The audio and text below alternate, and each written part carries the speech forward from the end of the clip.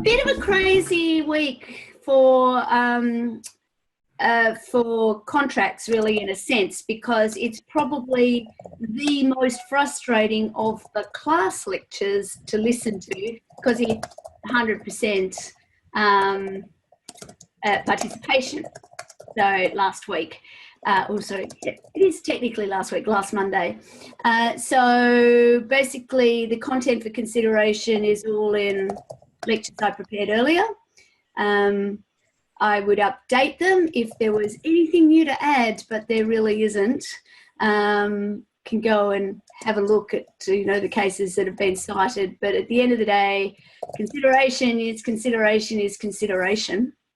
And so, so I don't know if there's a couple of options. If you guys have questions, and you always do, we can just chat about the questions. Or if you want to, we can do very similar exercise to what was done in class and work through a problem. Completely up to you. Why don't we start with any pressing questions that you came with, if there are any? My only pressing question, Kath, is the discussion board for this week on intention, and just that is definitely due today. Yes, this one's due in advance of it is due today. By the way, I'm not at all opposed to giving extensions when you need them for those things, but it is being done in advance of us talking about intention. Okay. A little bit of a prompt to make sure that preparation is done. And to be fair, you actually have all the lectures on intention available to you already. I've got one more to go. Isabel, you're not in a circus tent. Very exciting. Hi. Yes, it's really nice to be somewhere quiet where it's easy to So, well, thank you for joining us. So look, again, they are worth such a small amount, those little tasks. I don't actually feel guilty about asking you to do things before we've talked about them in the class, particularly when you've got the lectures available to you anyway. Yeah. Cool. But the idea is to apply your mind. And I guess one of the reasons too that I'd like to go through, if you're happy to do it, and just have a go at the kinds of problems that we did in class is, and this is hot off the press news. I've just finished I've just finished writing the exams for this semester, and I did a bit of navel gazing about exams, and in the past I've seen that there's been too much to do in the exam. You've only got 2 hours. You guys in OUA only get 10 minutes of reading time, and you don't get to use a pencil during that time, as any of you have done an exam already will know. So they can be really quite stressful, and if students go off on the wrong tangent, it can just go quite pear-shaped really easily. And they're not a great way, I think, for students to really show off their best work. There's a lot of luck in exams, if I do say so myself. The reality is for Priestley 11 subjects, it's always going to be a 50% exam. Well, maybe not always, but for now it's a 50% exam. So I've been looking at the exam, and it's way too early for you to be thinking about the exam as such, but it's always had sort of 1/4 short answer questions, 1/4 critical analysis, and 2 problems, which are 50%. So basically, half an hour on each problem, half an hour writing an essay, half an hour left over to try and scramble through some short questions. And I think I was thinking about it, and I have remodeled the way it works. So there's really only one problem, but there are lots of questions about the problem. So there's a combination of short and longer analysis piece. So one problem scenario, and then actually the way it is, I think the exam as I've written it for each side is, I think, 7 questions, one is a critical analysis piece, and then 2/3 of the exam is one problem and answering questions, much like the ones that we did in class. That's hence my long-winded way of going there. So I thought, to the extent that I can in the tutes, it would be a good way to actually practice those is for you to get a sense of what I mean, where I've got effectively one scenario, but a range of different questions about it. And then if I get my way, which frankly, I probably won't for this semester, and I have written the problem on the basis I won't get my way, but if I get my way, I would give people the fact scenario in advance. So you could come planned with the fact scenario. You're not wasting your time panicking about a fact scenario, and you can do your best work. Because you don't want to hear that, because I'm not going to win that argument this semester. And as a consequence, I have written quite simple, comparatively fact scenarios for what I would write as an assignment problem, for an example, or something that could really tweak you out. So that's why I'm thinking that we might do a problem if you're happy to do that. I've only got one question. You always have good questions, Sue, so go for it. It probably links into the problem anyway, but I don't really understand the bona fide reasons versus practical benefit part of consideration. It is exactly the problem I was going to have a look at. So, again, it's really annoying when people correct your Latin, because it's a dead language and nobody actually has the right accent, but we would normally put the emphasis differently. So we would say bona fide, as opposed, just so you know. So look, practical benefit exemption is a little bit tricky. So why don't we actually have a look at a problem? The issue with this is actually being able to do it, as in to make sure that you have got the information that you need. I am going to share a screen. I will just share a desktop. And then you can just see how disorganized I am. What is Ambien? That's the most ridiculous article to come up on. I think that I was reading the paper before you guys arrived. Okay.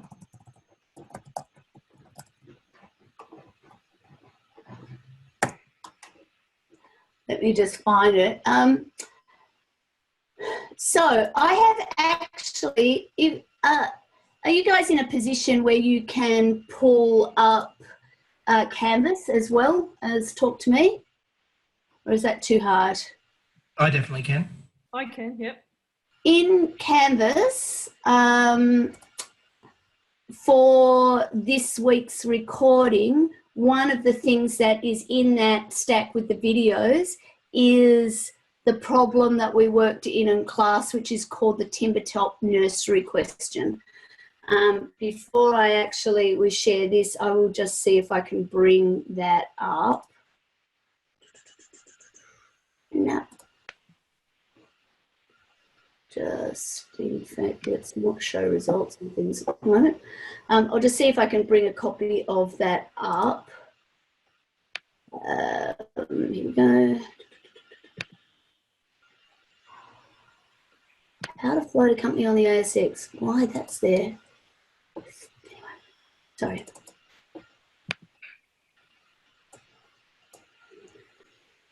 So have a look for the timbertop nursery question, because you might want to sort of be able to look at it as you go.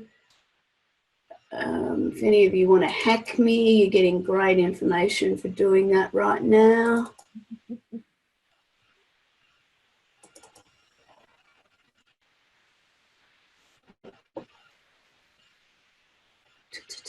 Yes.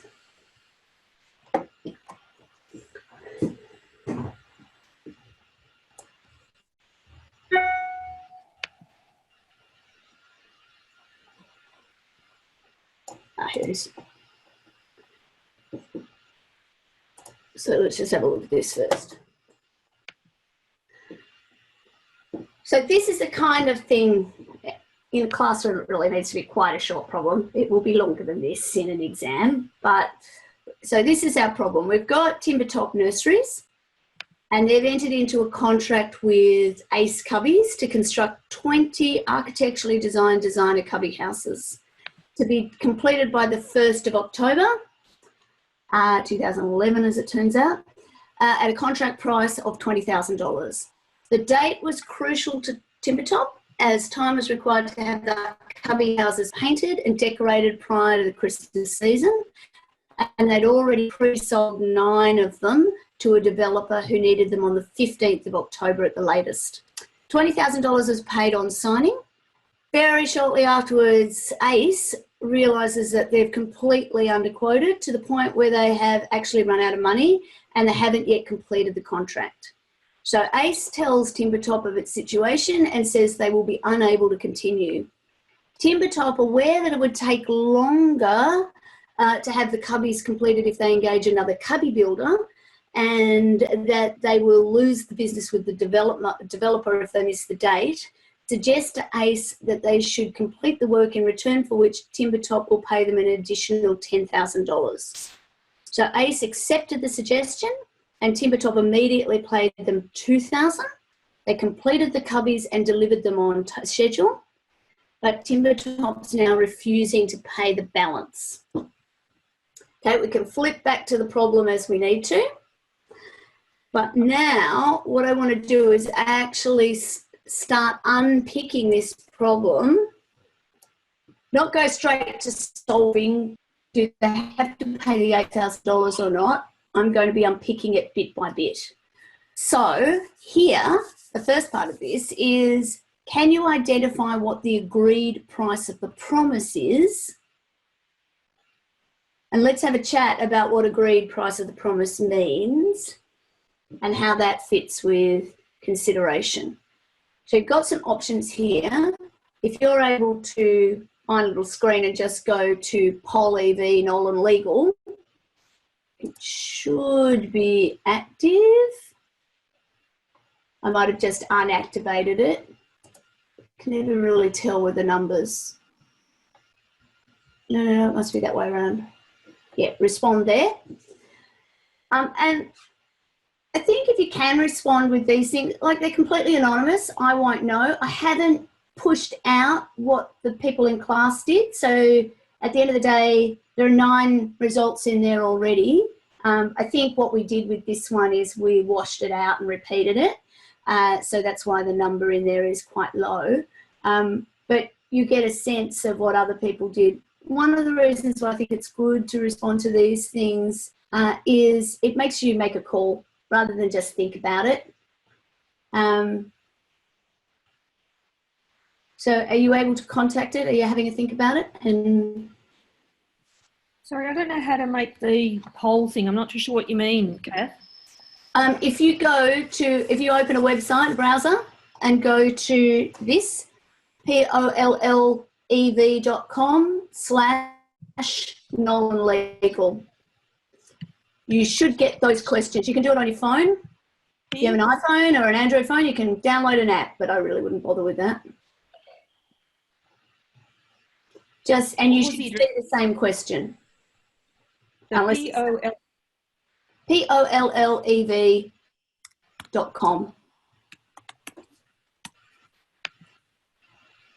Oh, hang on. So a couple of you found it, because, oh no, somebody's changed their mind. You get 11 answers, and now we're back to 10. I didn't realise I was answering the question. I was just looking at the website. That's all right. You don't actually have to fess up, because it's completely anonymous, which gets me into trouble sometimes when I let people give free text answers. So.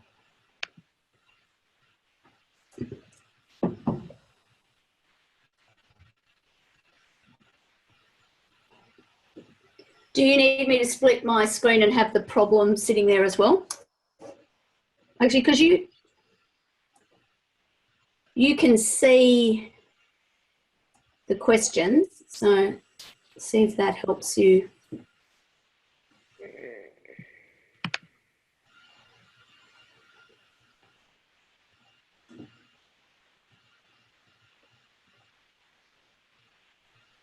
I really need to get my camera in this room sorted out. I feel now like I'm just looking in all sorts of directions all the time. And I need to put your faces behind my camera, which is in the middle of the room. That's better.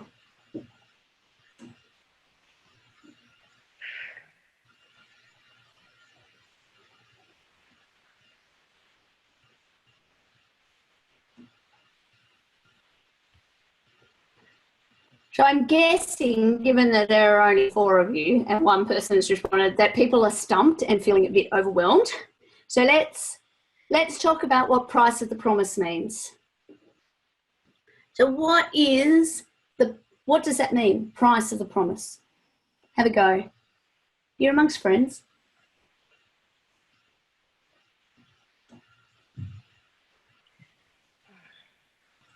I'm trying to do too many things at once. I can't read and listen and look at the poll. So if I can just be quiet, that is an option for me. It's rarely followed, but I can do it.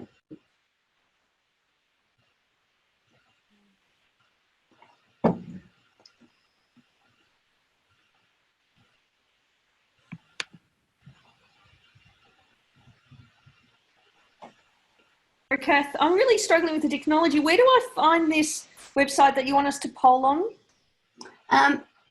It should be there at pollev.com. And then it's asking me for a username. Sorry, yeah? If it's asking, and can you see Nolan Legal? No. If you go pollev.com and then / Nolan Legal, just like it is at the top of the screen there. In fact, why don't I put it in the chat so you can cut and paste it? That would have been Here I am. nice.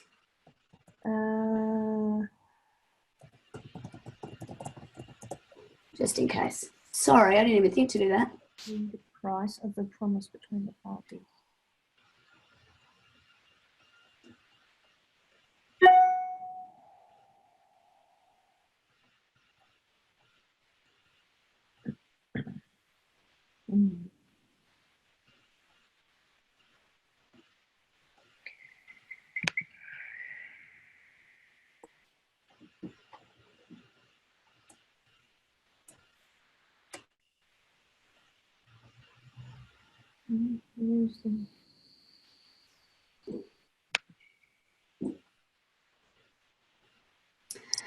So I'm going to give you a hint now. There might be more than one correct answer. And you should feel free to select more than one answer if you think that's the case.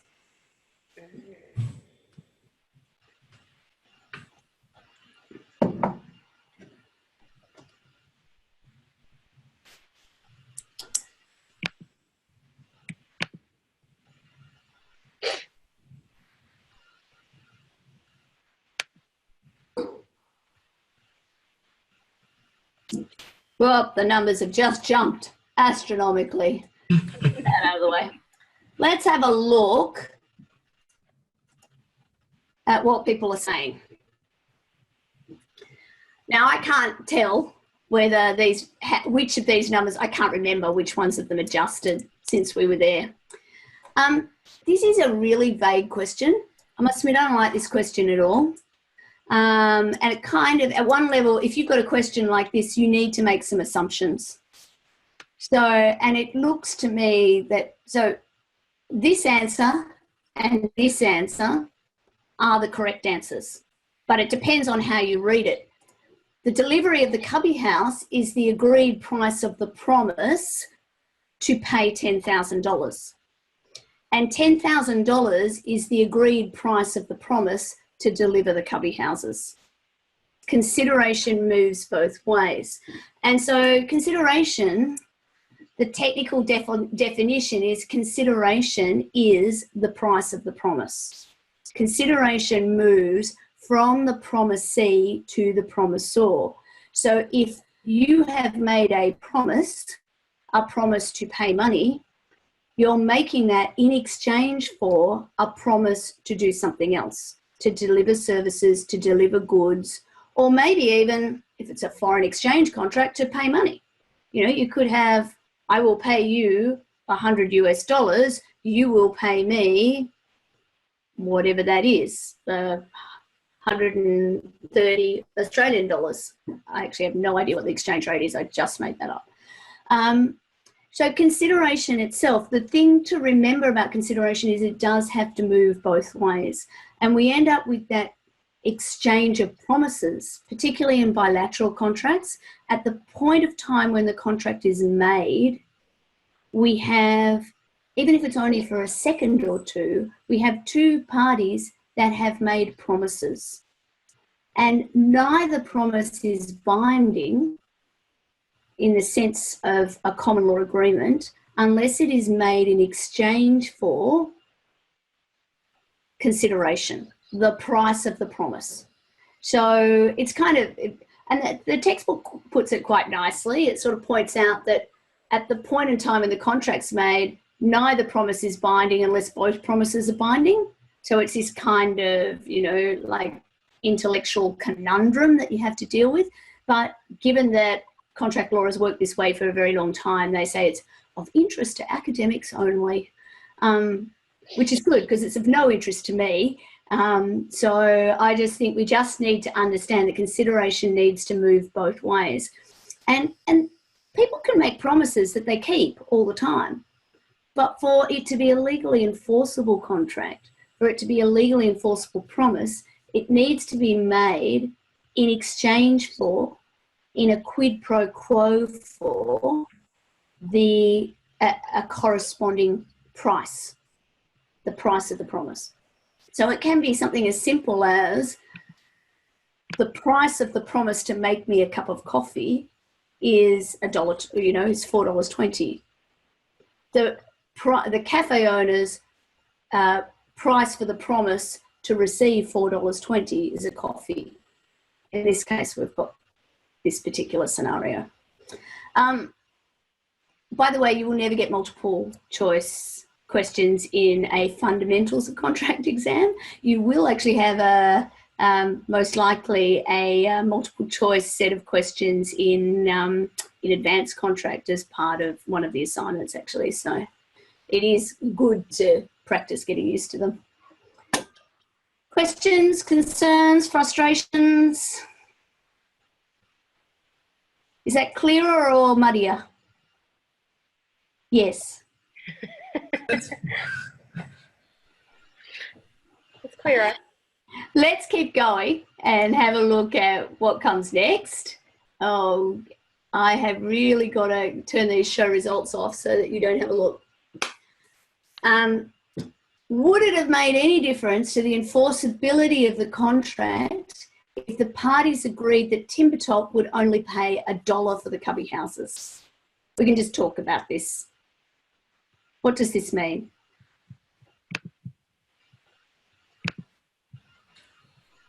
Isn't this to do with the consideration needs to be got to get it the right way around, sufficient but not adequate? Or I'm so glad to hear that. I have this mental block. Sufficient, adequate. They can kind of mean the same thing. Have you had adequate dinner? Have you had sufficient to eat? Like, they kind of sound the same to me. But yes, the technical wording is that consideration must be sufficient, but it doesn't need to be adequate. So in fact, sorry, I'm going to stop showing you. So you saw that that was 100%, that the answer was... What is the answer in relation to that one? So I'm just going to move it and not show you results for the next one.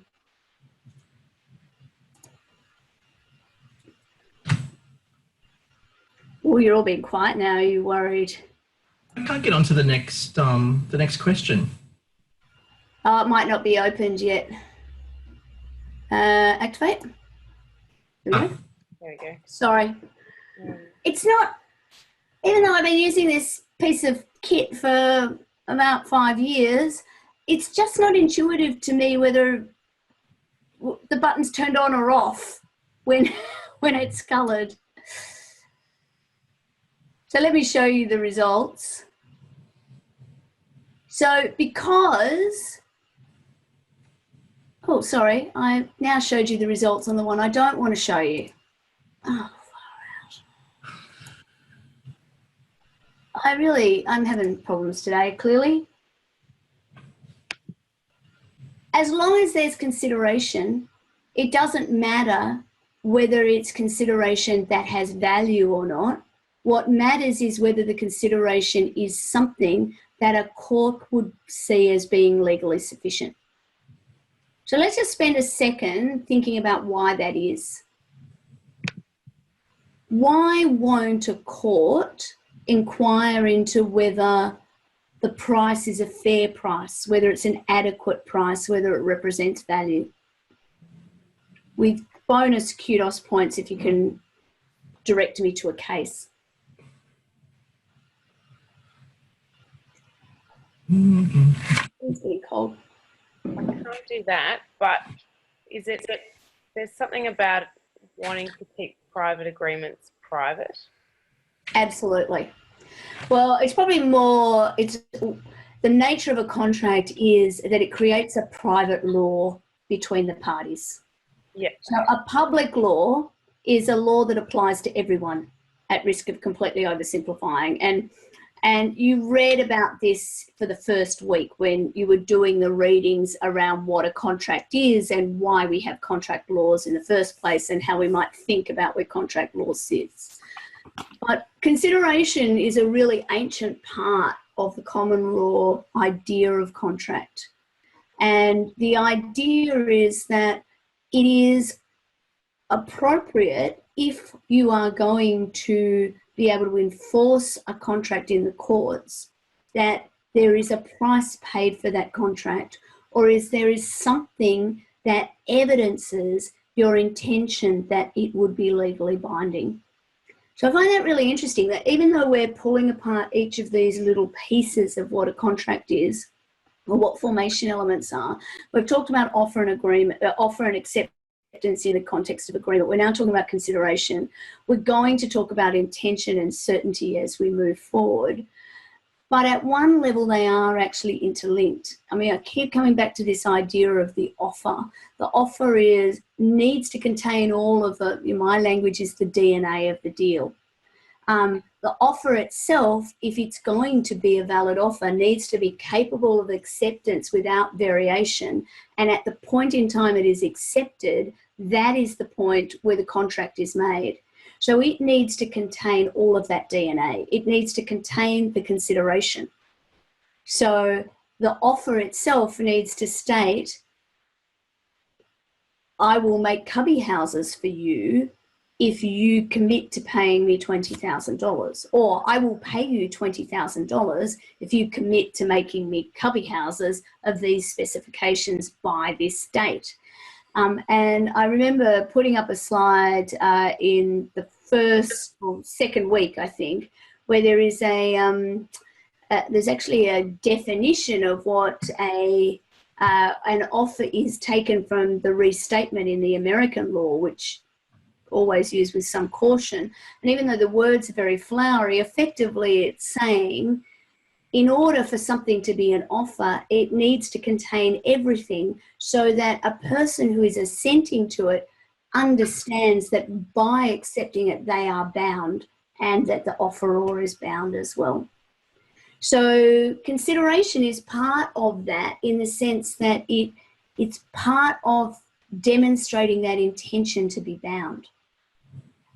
But it's creating a private law between the parties that only applies between the parties, and we'll explore that a little bit further when we get to privity. But also contract law is by its nature a commercial beast. And there's a really important economic imperative to ensure that if private laws are going to work, they need to be enforced and upheld in a consistent way. So I think the case I'd like to point you to is Justice Kirby, or actually he was acting Justice Kirby, I think at the time, acting Chief Justice, I can't remember. Anyway, it's a New South Wales Supreme Court decision in Woolworths. The other half of the case name escapes me right now, but it is extracted in your casebook. And he refers actually to the Chappell and Nestle case, which is the Golden Wrappers case. And now it's actually not for the courts. The courts are not good at working out what value is. if we were going to ask the courts to work out whether deals were fair or not, we'd only slow the process down. What's valuable to one party, we can't tell. What's important is that the parties turn their minds to the question of intention, and one of the best ways that we can find that objectively is if a price was paid for each promise that's made, or for each set of promises that's made. So again, it really doesn't matter whether it's whether it's valuable consideration or whether it's a peppercorn. What matters is that there is some kind of consideration. Tells me I'm not doing anything. I feel like I'm doing something.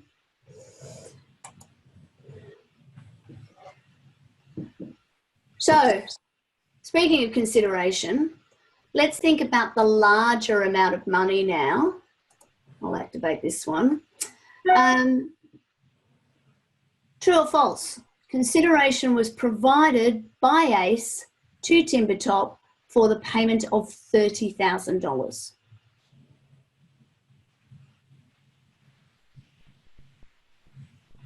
So I'll bring that problem up again so you can have a look at it. She says,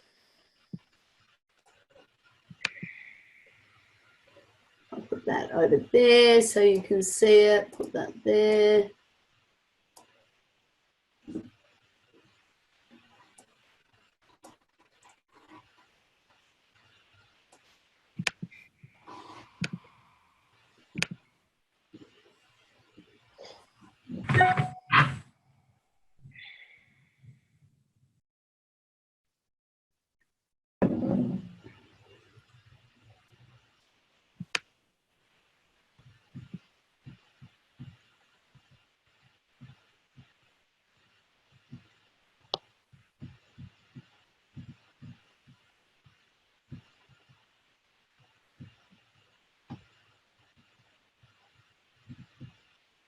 I forgot to look at what the numbers were when you started, so I have no idea if any of you have responded yet or not. Have you responded? Yes? Yes, I have. Yep. Let's have a look at where it's up to. True, false.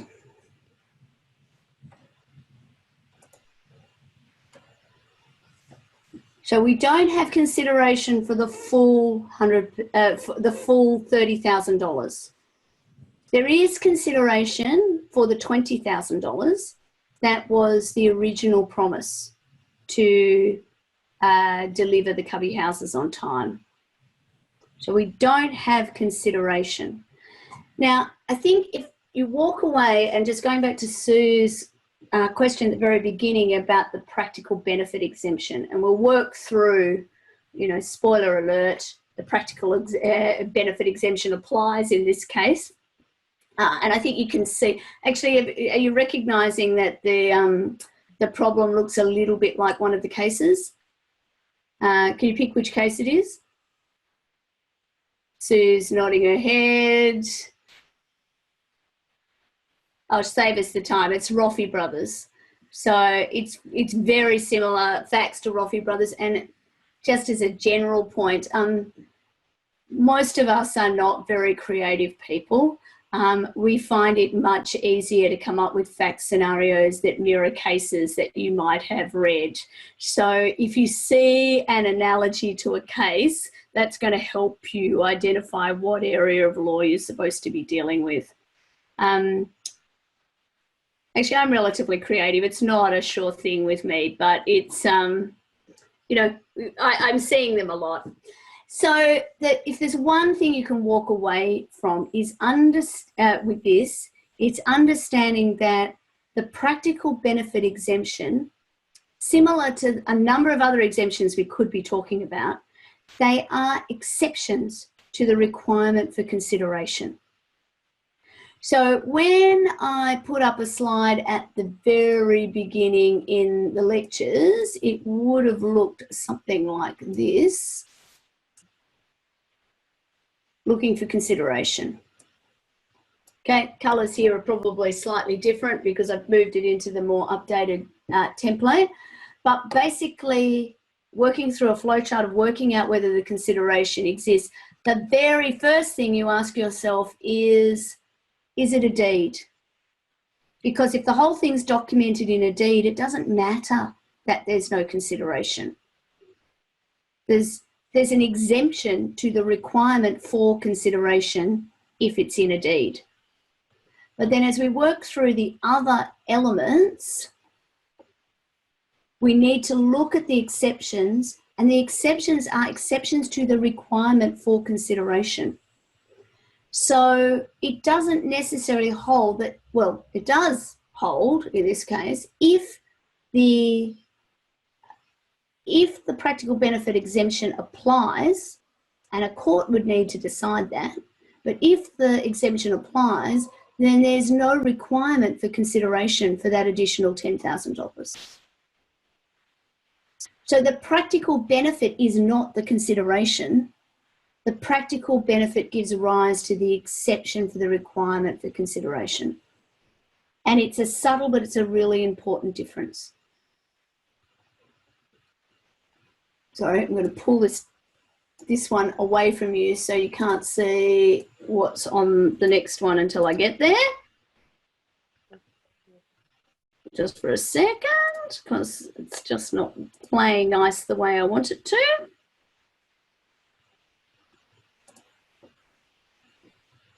And now I bring it back.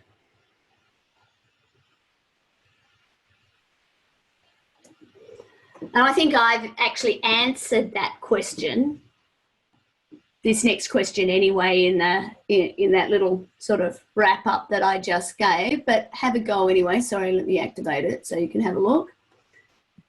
Did Ace Cubbies provide consideration to Timbertop for the additional payment of $10,000?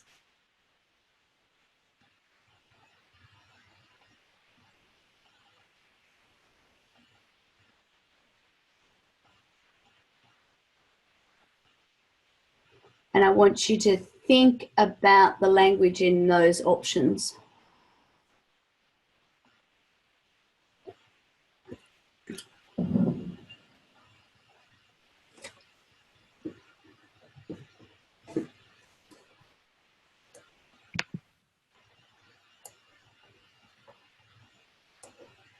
Oh, sorry, I'm just trying to make sure I'm looking at you guys instead of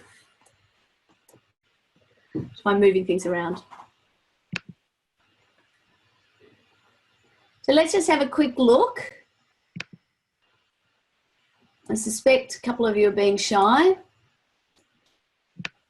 And this is absolutely the correct answer. So there was an existing legal duty. So why is it an existing legal duty? Where does the existing legal duty come from? The previous contract, the first contract that was agreed Well, with parties. The contract. There is one. So the original contract.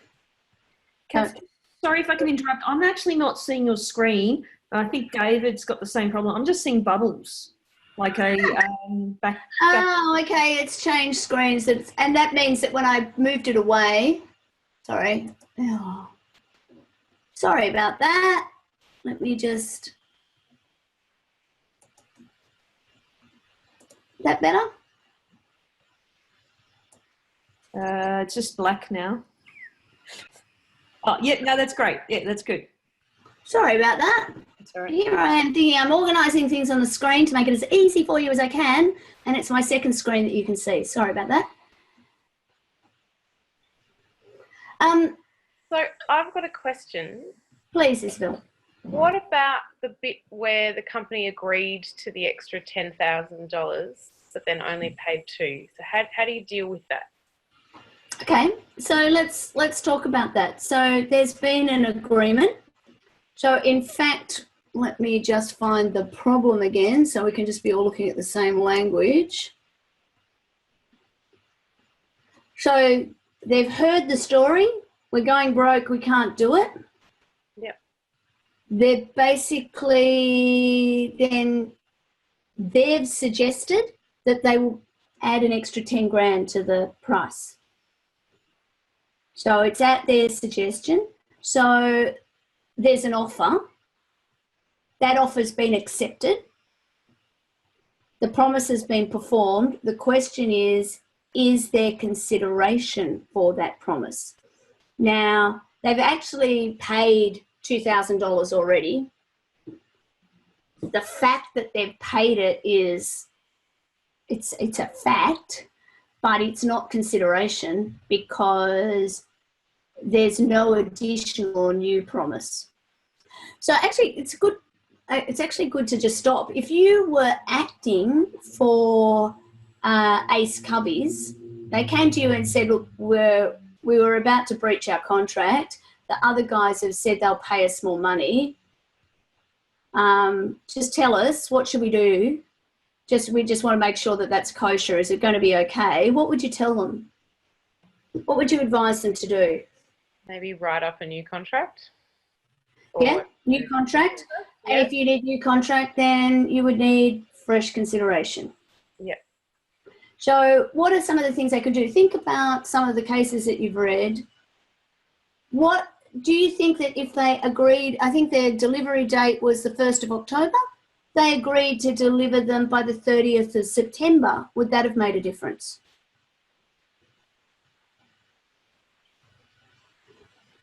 Susan's nodding her head. And would, it's a different piece of consideration.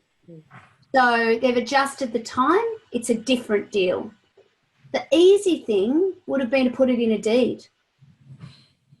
So they could have a deed of settlement. And often you'll see, you know, any of you have a nasty employment relationship at some point in time, hopefully with your employees, not as an employee, may find yourself involved in the creation of a deed of settlement. Usually that's because you want everybody's promises to be enforceable, but there's no consideration made for those promises. So without anybody admitting any liability, we agree in full and final settlement, I'll pay you this much and you'll do this. So they, instead of breaching the contract, they could have actually just gone straight to some kind of deed that said, well, we'll pay you an extra $10,000 and you'll make sure it gets done on time. We wouldn't have this issue because you don't need consideration in a deed. Yeah. Okay. Okay, or they could have adjusted something. They could have changed the specification in some way. So brought the date forward, even by 1 day. So, you know, it's, and when you look at, so one of the consideration cases that often gets people quite sort of head up is that idea of Pinnell's case. So that idea that if you're going to reduce or waive part of a loan, that the part payment in agreement for the waiver isn't enough because it's an existing legal duty. But if you were to waive, pay the part payment and something extra, the peppercorn, a pair of dirty socks, pay it early, or pay the instalments earlier than was needed to be paid, do something different, that's enough. As long as it's something that the law recognises as sufficient, it doesn't need to be adequate. So 1 day really probably makes no difference at all. But that could have been sufficient.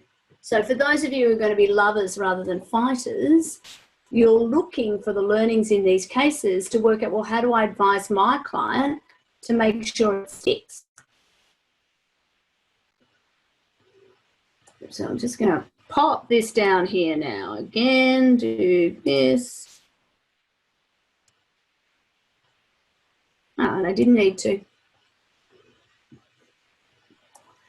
Oh, in fact, I don't need, and that's why it's not shining, because I think we know it's the existing legal benefit, the practical benefit exemption that we're talking about. I don't want to waste too much time, so let's go on to the next one. Whoops. Right.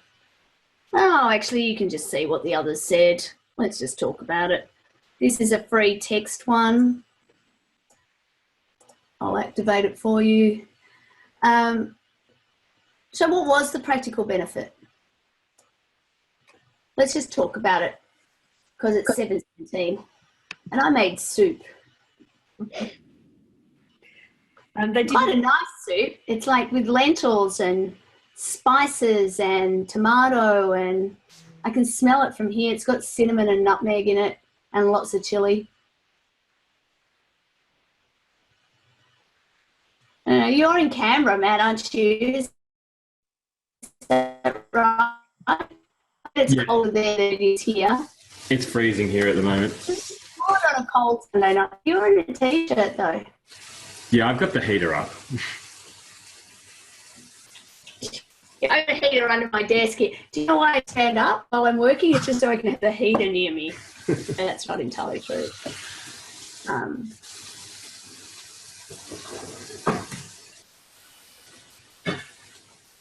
So what do we think what is the practical benefit? They don't have to get someone else to complete the cubbies. Yeah, there's a saving of time. There's a saving of instructions. They've already got some of them complete, haven't they? Or did I make that up? No, they've got some complete. So they know what the quality of the work is.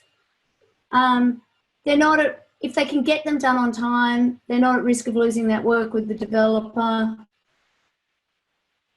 I've used actually cubbies here because I live in a really strange estate where you need to get planning approval if your cubby house can be seen from the outside and it doesn't look like the rest. I literally live in Stepford, so I found this problem quite amusing. Let's keep going.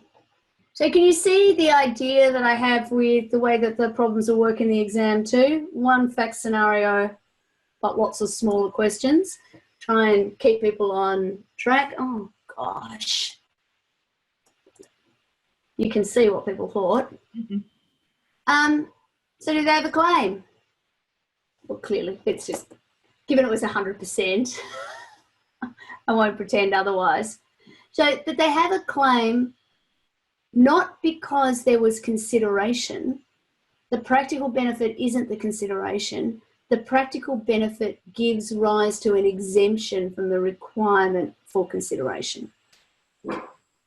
So you need to take care because you need a court to agree with you that there is a practical benefit.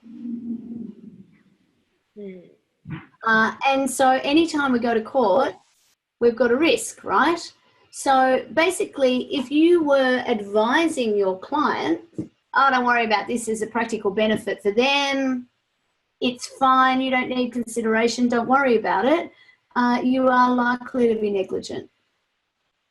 We find a practical benefit later when we have a fight. Ideally, what you're doing as lawyers is being practical and ethical, and you are making sure that they have the protections that they need before they do the additional work. So, Kath, can I ask, does ACE Cubbies have to give back the $2,000? No. So I think it's more likely than not, if this were litigated, that they would be successful in a claim for the balance of the funds. Okay. Here, let me bring this one up now. So, I mean, really the question is, did they have to pay that $10,000 or not? On balance of probability, I think it's more likely than not that a court would say there's no requirement for consideration here because the practical benefit applies. They would use, so well, what's the Australian case that they would use to support that?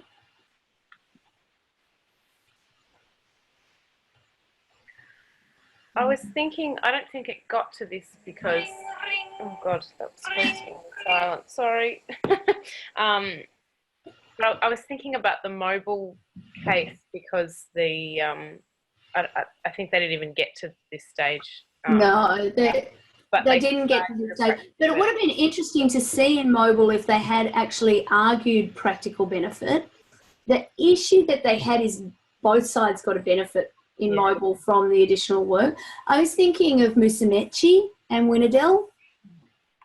So Musamechi, that's the, they were the fruit and veg shop. They leased premises from Winnerdell. They were the only fruit and veg shop in a shopping centre. Then Coles, IGA, somebody or other came in, and their business went downhill.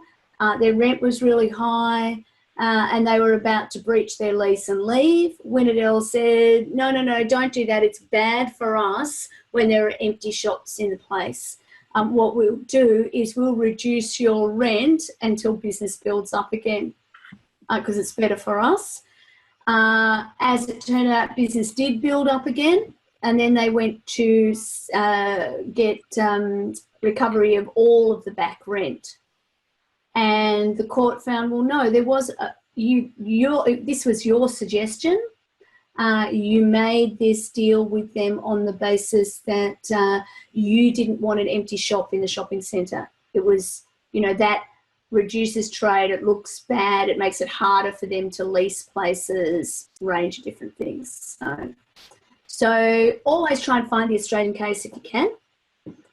But clearly it would be very appropriate to talk about Roffey Brothers if you were answering a problem about this, because the facts are so analogous. Always look for the differences too, because distinguishing on the facts can make a big difference. I think we just did this one. Why have I done that? Sorry, just give me a second. Let's go to the next one. Doop, doop, doop.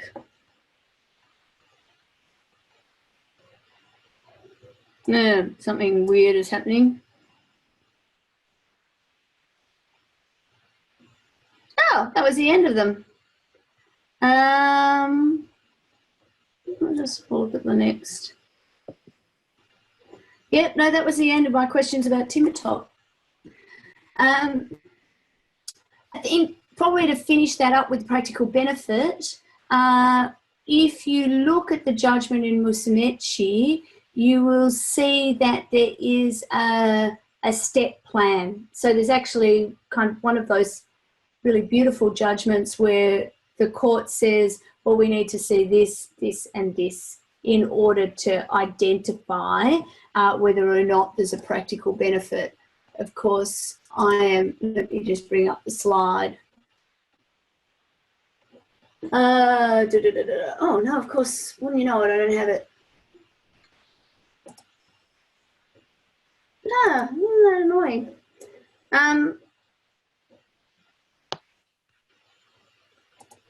So basically, I'm going to have to use my memory, which is never a good thing, really.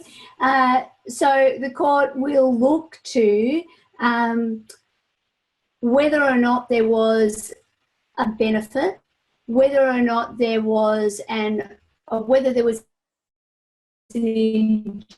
so the court will look to things like in both Roffey and Musumeci, for example, and in our timbertop nursery problem here, the suggestion about the two, we're just going to breach our contract and see what happens. Whether or not that, if the solution is proposed by the promisor, then the promisor is more likely to be found to have a practical benefit in the resulting new arrangement. So part of the thing that the courts are really looking to is to make sure that parties aren't just trying to rewrite their contracts on the fly.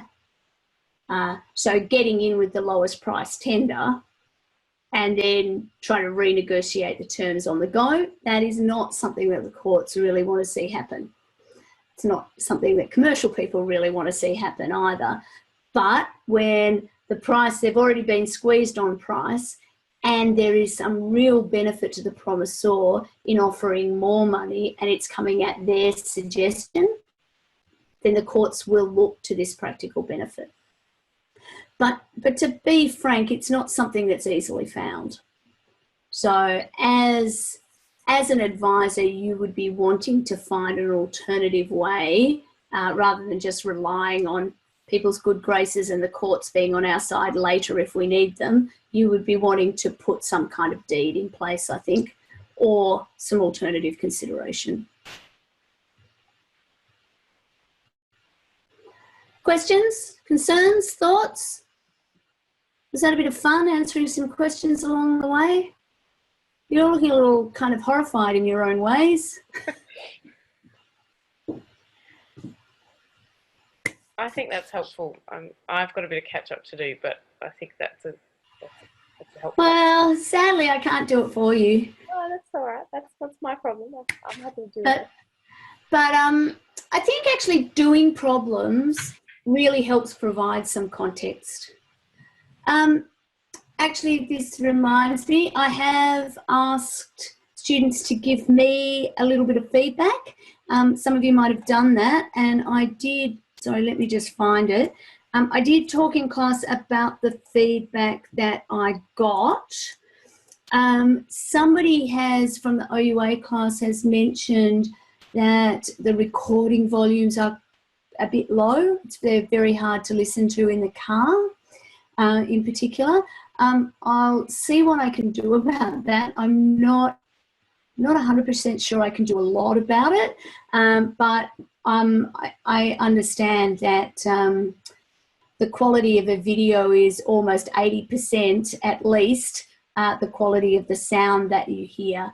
And I did also get a little bit of feedback that I've got a bit slack about repeating in-class student questions. So I'm completely on trying to sort that out. Sorry, let me just find it and just see if there was anything else I wanted to share with you guys in particular.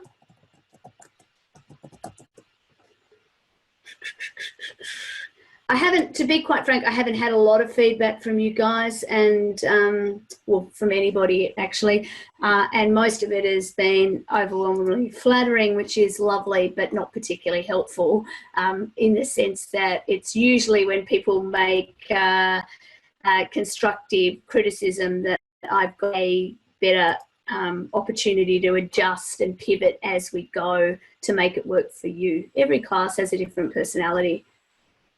Like, to give you an example, this time last semester, I had no OUA students coming to these drop-in shoots, but I would have maybe 10 face-to-face students in them. So this semester, I don't think we've had one face-to-face student in the drop-in shoots, and, you know, we're getting sort of 3, 4 each time from the OUA group. So, yeah, see, they just all, everybody responds differently. Sorry, I can't find my notes. Yeah, there were only 2 responses from OUA, and when I last looked anyway, and the overwhelming was get better sound quality.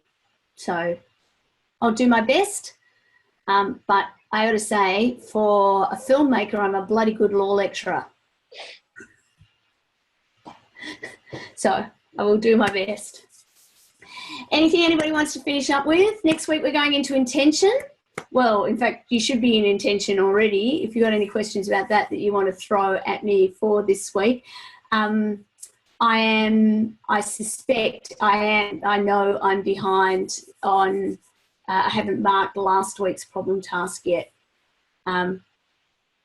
Mostly because I'm marking people's assignments. So, all right, well, if you guys don't have any questions for me, I've got soup. So Enjoy. I will. But you know how to catch me if you have questions on the fly, right? So you'll reach out and you'll ask me, I hope. Great. All right. Have a good week, people, and I'll see you back here. Now, so that you know, next week is week 6. So this week's week 6. So we'll have one of these on the Sunday night. I might be in Perth, so I'll just see how I go. But then we won't have one the week after, unless you're desperate to have one. But it's a semester break, and you guys should take a break. So you'll notice there's no problem that week or anything as well. Just so you know. All right. Okay, stop share. Cool.